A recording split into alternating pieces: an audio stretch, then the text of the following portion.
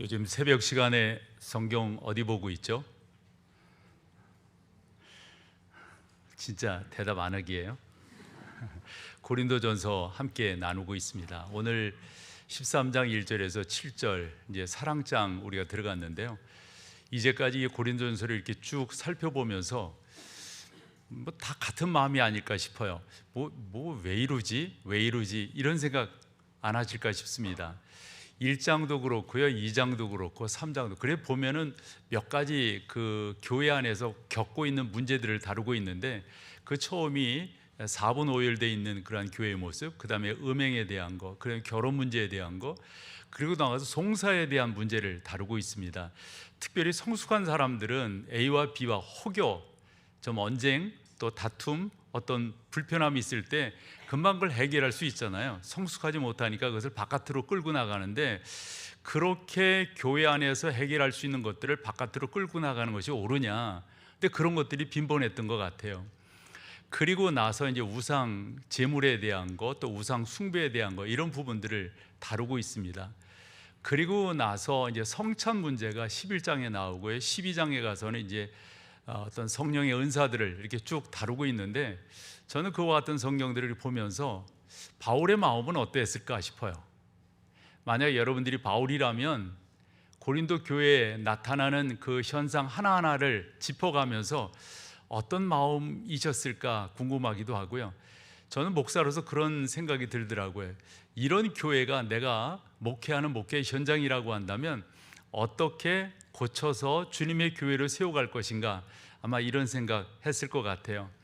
쭉 보아 나가면서 나는 이 교회 목사로서 교회를 어떻게 세워야 될 것인가 하는 것들을 많이 생각하게 되는데, 이렇게 건강하게 생각하는 것도 좋지만은 진짜 현장을 들여다보면 참 그렇습니다.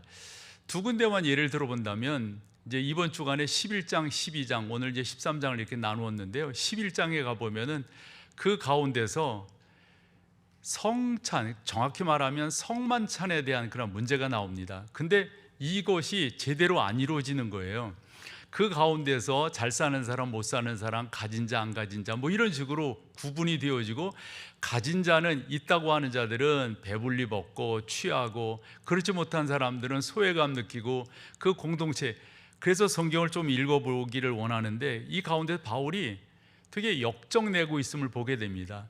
11장 17절부터 한번 볼까요? 내가 명하는 이 일에 너희를 칭찬하지 아니하나니. 왜 칭찬하지 않는다는 거죠? 그럼 뭐를 명했다는 거죠? 그럼 그 뒤에 나오는 그런 내용들일 거라고요. 쉽게 말하면 우리가 함께 모여서 예배하고 기도하고 찬양하고 하는, 일반적으로 생각하는 그런 모임들을 원했는데 웬걸 그렇게 되지 않아서 칭찬하지 않는다 하는 거예요. 이유가 뭐냐면 되레 유익하게 모이려고 했던 그 모임이 유익되지 못하고 해롭다 하는 거예요.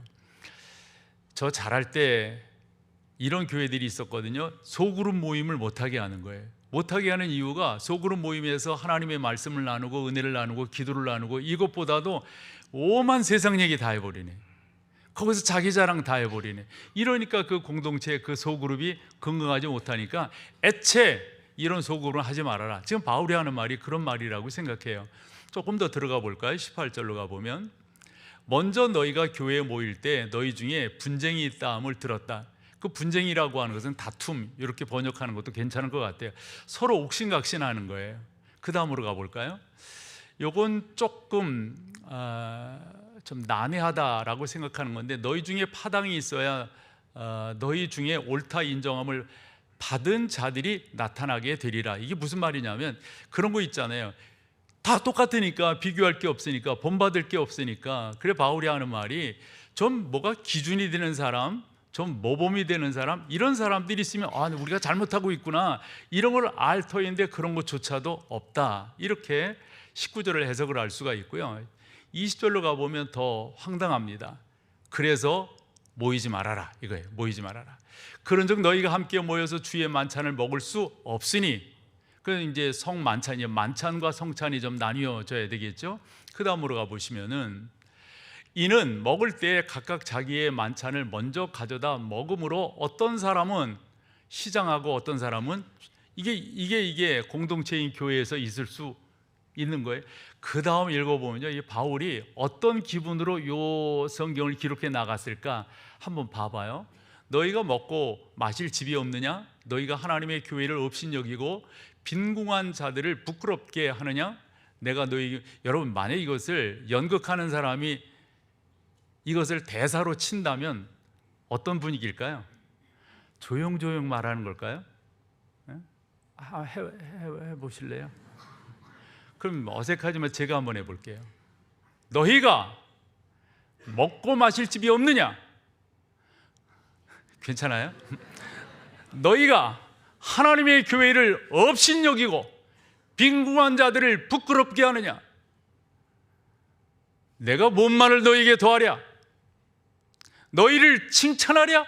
나 칭찬하지 않겠다. 충분히 이해됐어요? 이런 모습이었다는 거예요. 이런 모습.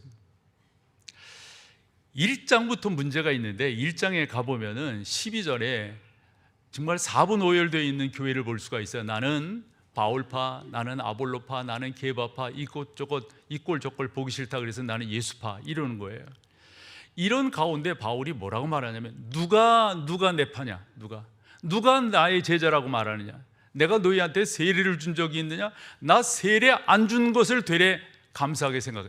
그것은 역설적인 거죠. 사실 우리는 가서 모든 족속으로 제자를 삼아 아버지와 아들과 성령의 이름으로 세례를 주는 게 마땅하잖아요. 바울도 그렇게 했잖아요. 근데 내가 되레 안 한 게 감사하다는 거예요. 사실 안 했는지 아니면 교훈하기 위해서 저렇게 표현을 했는지 그 다음 절에 두 사람 이름이 나와요. 그리스보, 그 다음에 가이오.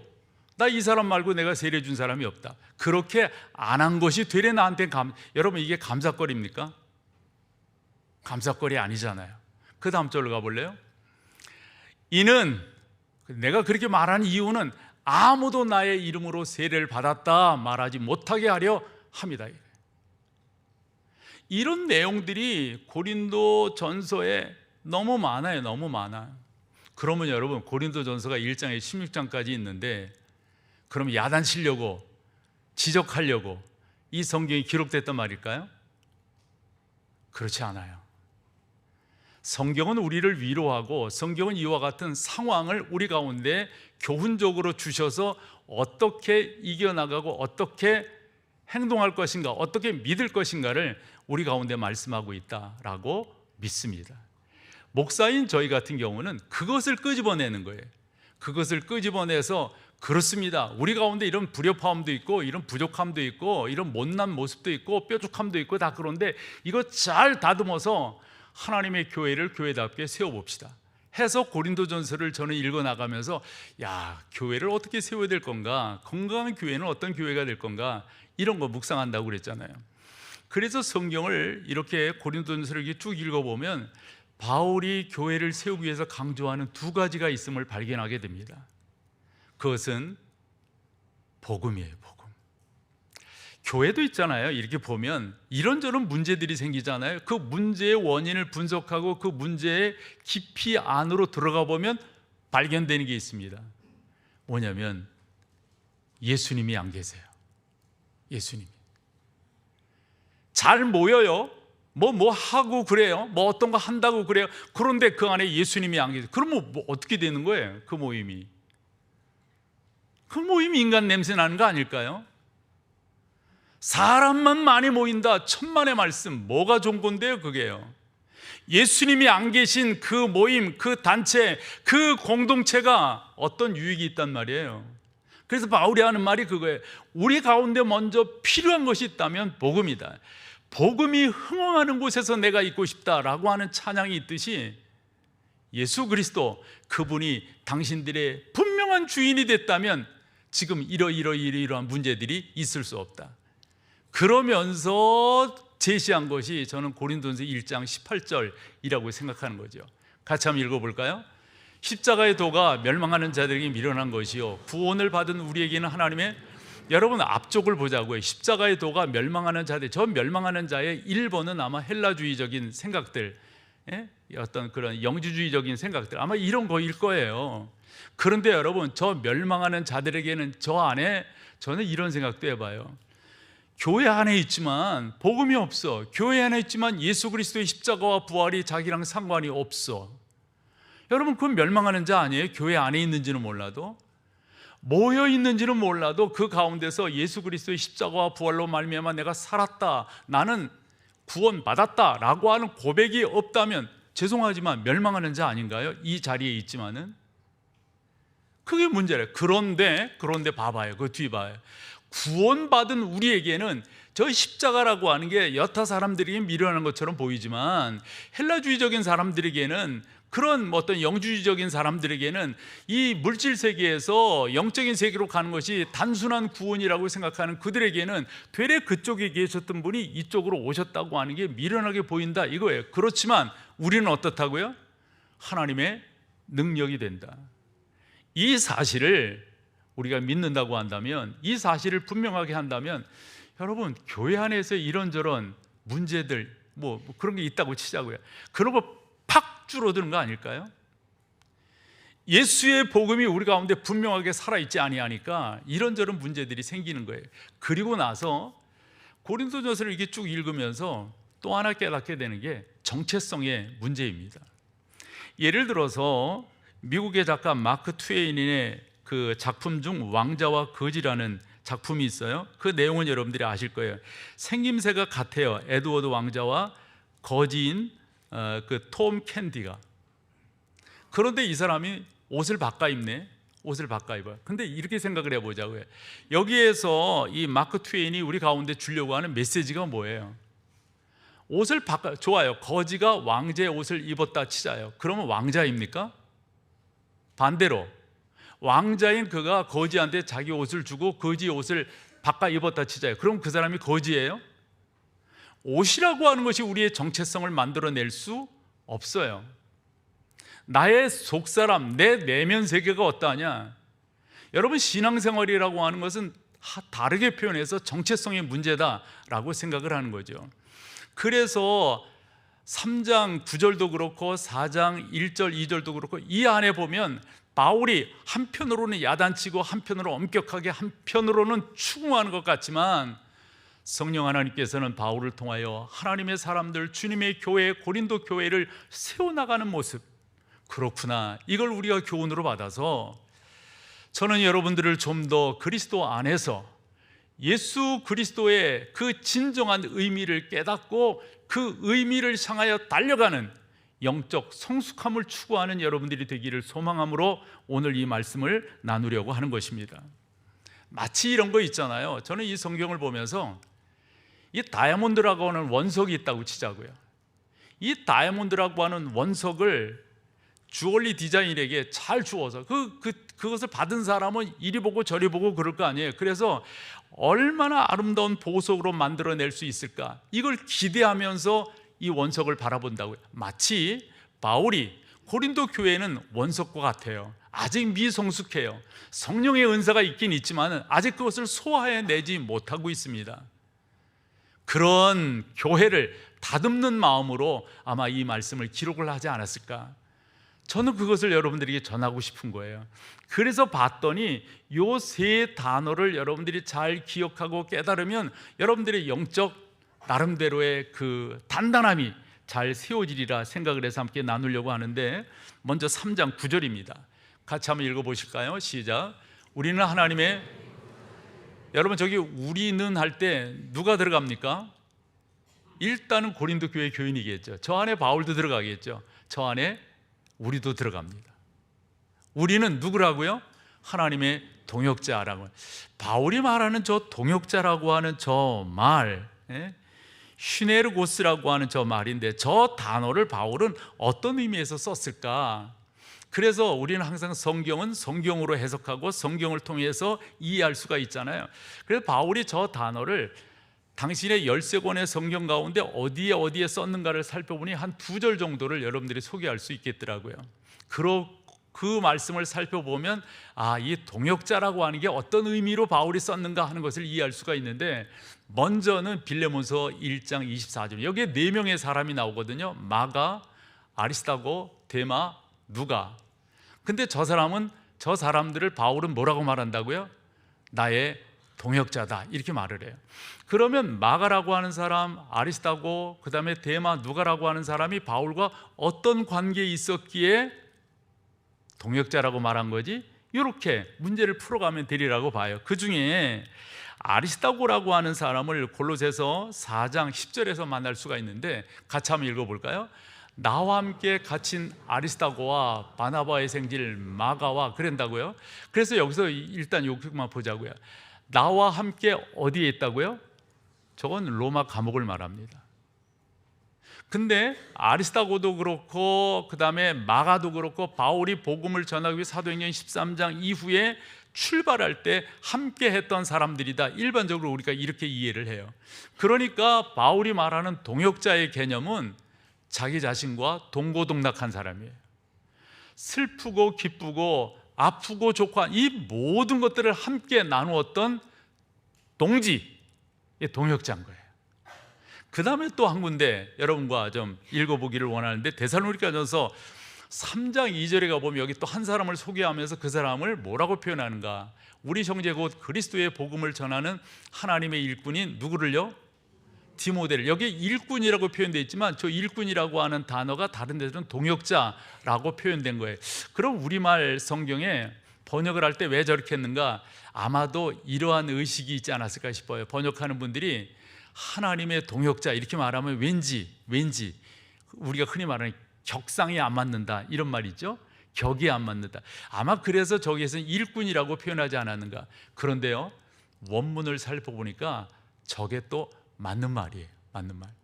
어쨌건 여러분, 바울이 말하는 동역자라고 하는 저 개념들을 가만히 살펴보면 다름이 아니라 함께 동고동락한 사람이에요. 우리말에 동가식 서가숙이라고 하는 말이 있는데 이랬다 저랬다 하는 사람 아니에요? 마음은 여기 있고 몸은 여기 있고 이건 동역자라고 볼 수가 없어요. 갈팡질팡하는 사람들 있잖아요. 동역자라고 말할 수가 없어요. 좌고우면하는 사람이 있잖아요. 그런 사람을 동역자라고 말할 수 없어요. 동역자라고 하는 것은 같은 방향을 향해 함께 가는 사람을 동역자 이렇게 부를 수가 있다 하는 겁니다. 중요한 것은 이 동역자를 어떻게 부르고 있는가 봤더니 하나님의 동역자, 하나님의 일꾼, 하나님이 함께한 사람. 바울이 고린도 교회에 하려고 하는 말씀의 의미는 그런 거예요. 여러분들이 지금 모여가지고 지금 이러한 모습들, 여러분의 교회가 이런 연약한 모습들, 이런 유약한 모습들을 보인다고 여러분들이 누구인 줄 아시는 거예요.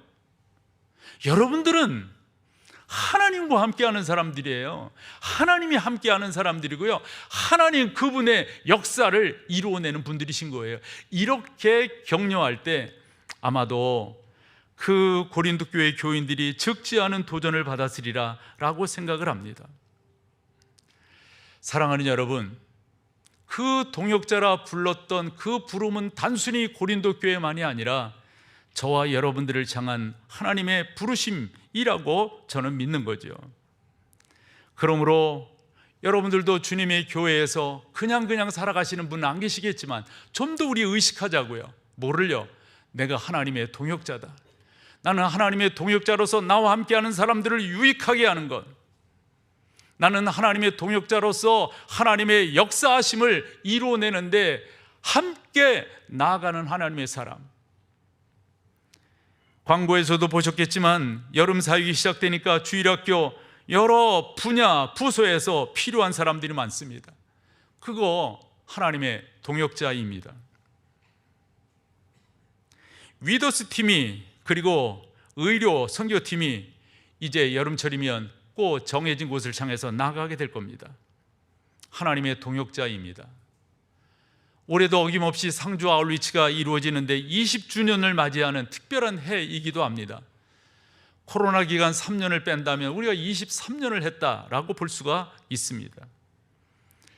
광고에도 성장반이 나왔고 어머니 기도회 팀, 또 신앙훈련학교, 아기학교, 찬양대 찬양팀, 여러분 여러 곳에서 하나님의 동역자들이 일하고 계시다. 그래서 주님의 교회가 세워져 나가는 거예요.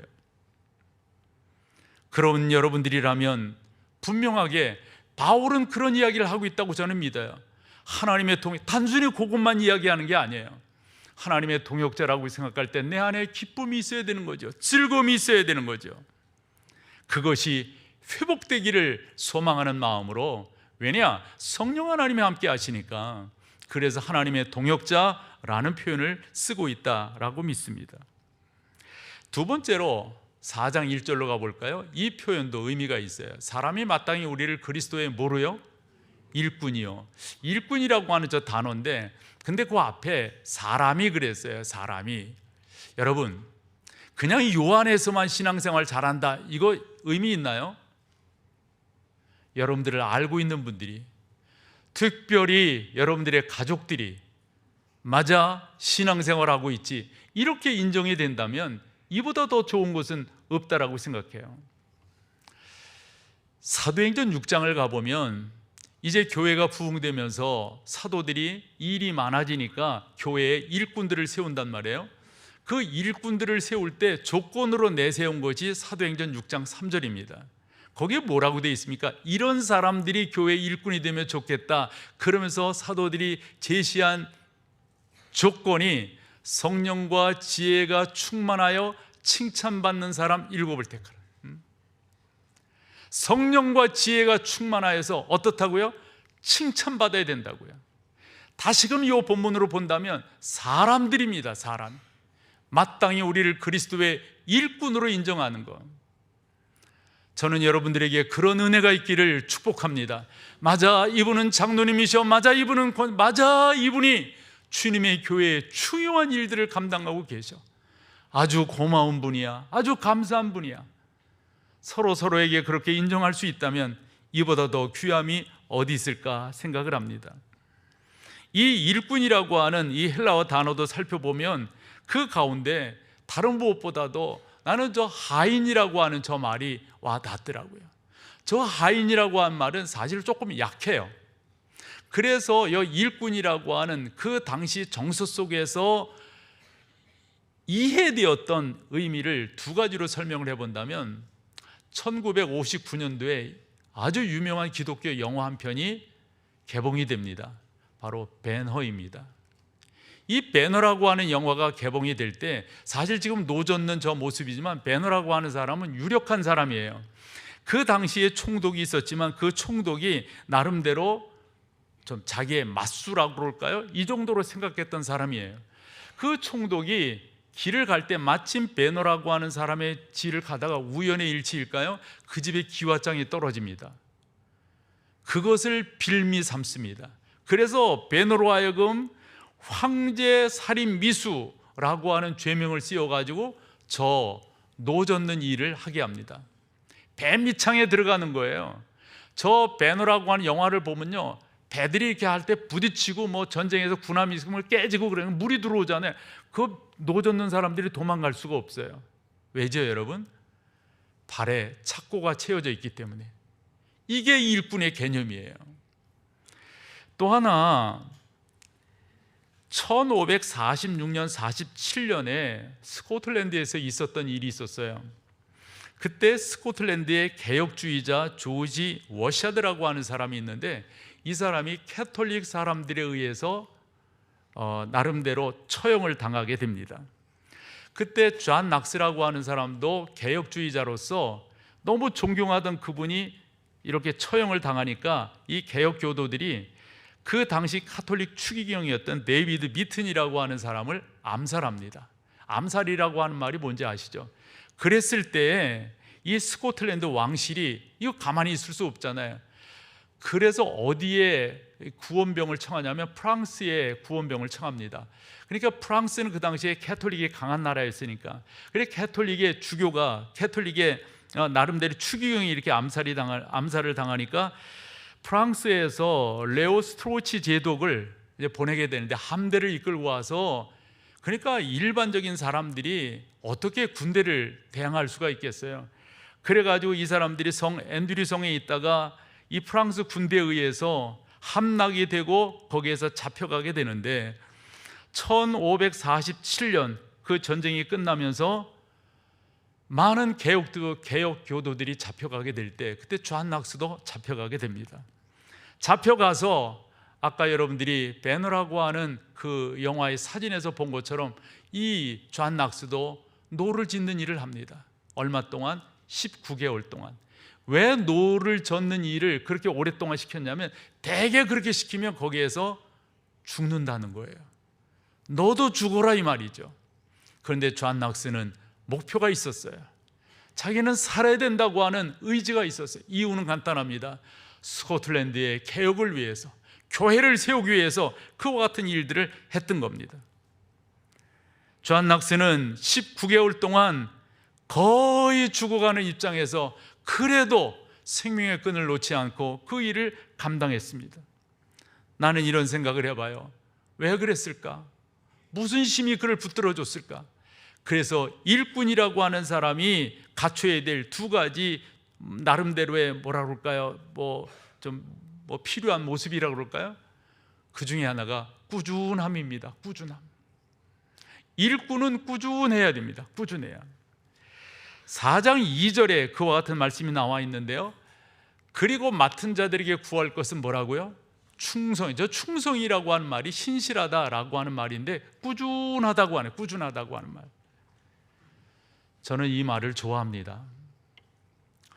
난 뭔가 잘하는 것은 없어도 꾸준하게 할 수는 있어요.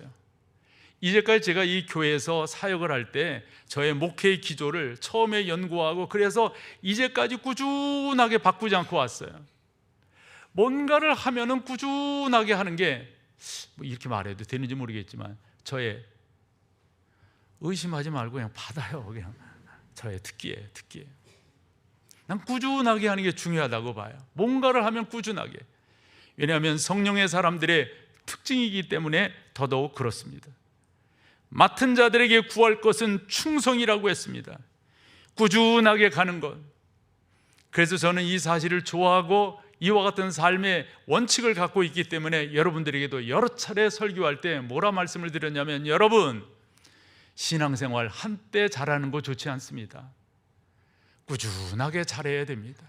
한때 그냥 저는 우리 교회를 그렇게 세워가고 그렇게 만들어가고 싶어요.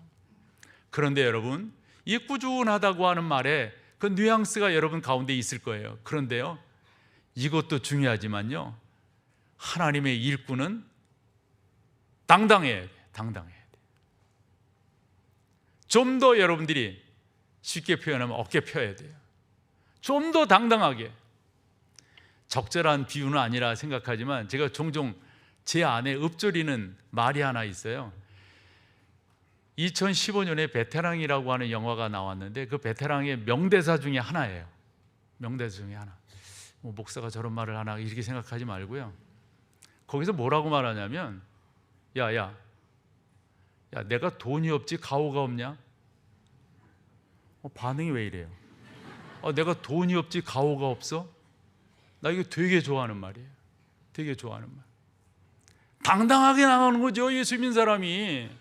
그렇죠. 그렇게 해야죠. 그렇죠. 이렇게 해야죠. 성경 한 군데를 여러분과 같이 읽어볼게요. 바울이 이 사실을 강조하고 있어요. 고린도후서 6장 8절 이하입니다. 같이 한번 읽어보실까요? 영과 욕된 그러했으며 악한 이름과 아름다운 이름으로 그러했느니라. 우리는 속이는 자 같으나 참되고 무명한 자 같으나 유명한 자요, 죽은 자 같으나 보라 우리가 살아있고, 징계를 받는 자 같으나 죽임을 당하지 아니하고, 근심하는 자 같으나 항상 기뻐하고, 가난한 자 같으나 많은 사람을 부유하게 하고, 아무것도 없는 자 같으나 모든 것을 당당하게 나가는 거죠. 당당하게. 그러나 교만하지 않은 거죠. 겸손한 거죠. 그러나 굴종적이지 않은 거죠. 적어도 하나님의 일꾼은 그와 같은 자세를 가져야 된다라고 믿습니다. 한 가지 더 살펴본다면 4장 2절 한 번 더 보여주면, 그 4장 2절에서 하나님의 비밀을 맡은 자로 여길지어다 그랬어요. 저는 저 말 바울이 분명히 설명을 해줬을 거라고 보는데요, 그 설명을 들을 때 성령 하나님의 감동하심으로 말미암아 많은 사람들에게 은혜가 있었을 거라고 봐요. 저기 맡은 자라고 하는 말은 요즘 우리식으로 말하면 청직이라고 하는 말이거든요. 청직이라고 하는 말은 마태복음 25장에 나와 있는 달란트 비유에서 설명이 잘 되고 있어요. 맡겨준 것을 맡은 자예요. 맞아요, 여러분. 우리는 하나님께서 우리 가운데 맡겨주신 것을 맡아 있는 자입니다. 청직입니다. 청직이에요. 저는 여러분들에게 이와 같은 의식이 잘 아로새겨지기를 간절히 소망합니다. 여러분들은 하나님의 그 귀한 역사들을 맡은 거예요. 근데 바울이 뭐를 맡았느냐가 중요해요. 뭐를 맡았느냐. 뭐를 말합니까? 하나님의 비밀을 맡았다 이거예요. 그러면 하나님의 비밀이 뭐겠어요? 여러분 생각해 보세요. 여러분들이 누구에게인가 뭐를 이렇게 맡기거나 부탁을 할 때 신뢰할 수 없는 사람에게 그렇게 하시나요? 믿지도 못하겠는 그런 사람들이 그런 말 하시나요? 저는 안 하실 거라고 생각해요. 신뢰할 수 있으니까, 믿으니까 맡기는 거 아닐까요? 여러분, 누가 우리에게 맡기셨단 말입니까? 하나님께서. 뭐를요? 비밀을 맡기셨대요. 아무에게나 그렇게 맡기냔 말이에요. 저걸 한마디로 말하면 복음입니다. 복음을 우리에게 맡기셨다는 거예요. 복음이 우리를 움직여가고 그 복음이 우리를 온전케 하시니까요. 그런데 여러분, 이런 말 기억하시죠? 요즘은 메시지보다 메신저가 중요해요. 이런 말이에요. 그래, 복음 중요한 거 다 알겠어. 그래, 교회 알겠어. 근데 너 때문에, 이런 이야기를 듣는다면, 너 때문에 이런 이야기를 듣는다면, 저는 우리가 간직한 하나님의 비밀, 복음도 중요하지만 맡은 자로서의 청직의 역할을 우리가 잘 감당하며 나아가는 것, 그럴 때 하나님의 역사가 여러분 가운데 놀랍게 이루어지리라 믿습니다. 사랑하는 여러분, 여러분들은 하나님의 동역자인 것을 믿습니다. 하나님의 일꾼인 것을 믿습니다. 하나님의 비밀을 맡은 자인 것을 믿습니다. 그 당당함으로 승리하시는 귀한 여러분 되시기를 축복합니다. 다 같이 일어나셔서 찬양함으로 주 앞에 나갑니다.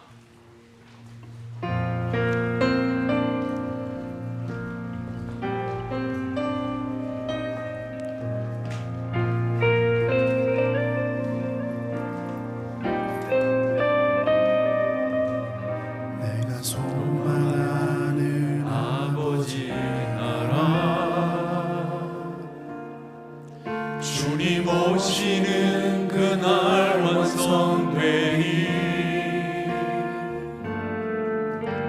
우린 고대 안에 주님 오시는 그날을 마라나타. 비록 부족함과 슬픔 많아도 주를 알아갈 때 참 만족이네.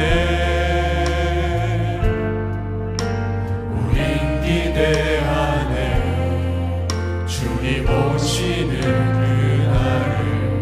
마라나타. 할렐루야. 주 다시 오시는, 주 다시 오시는 그날에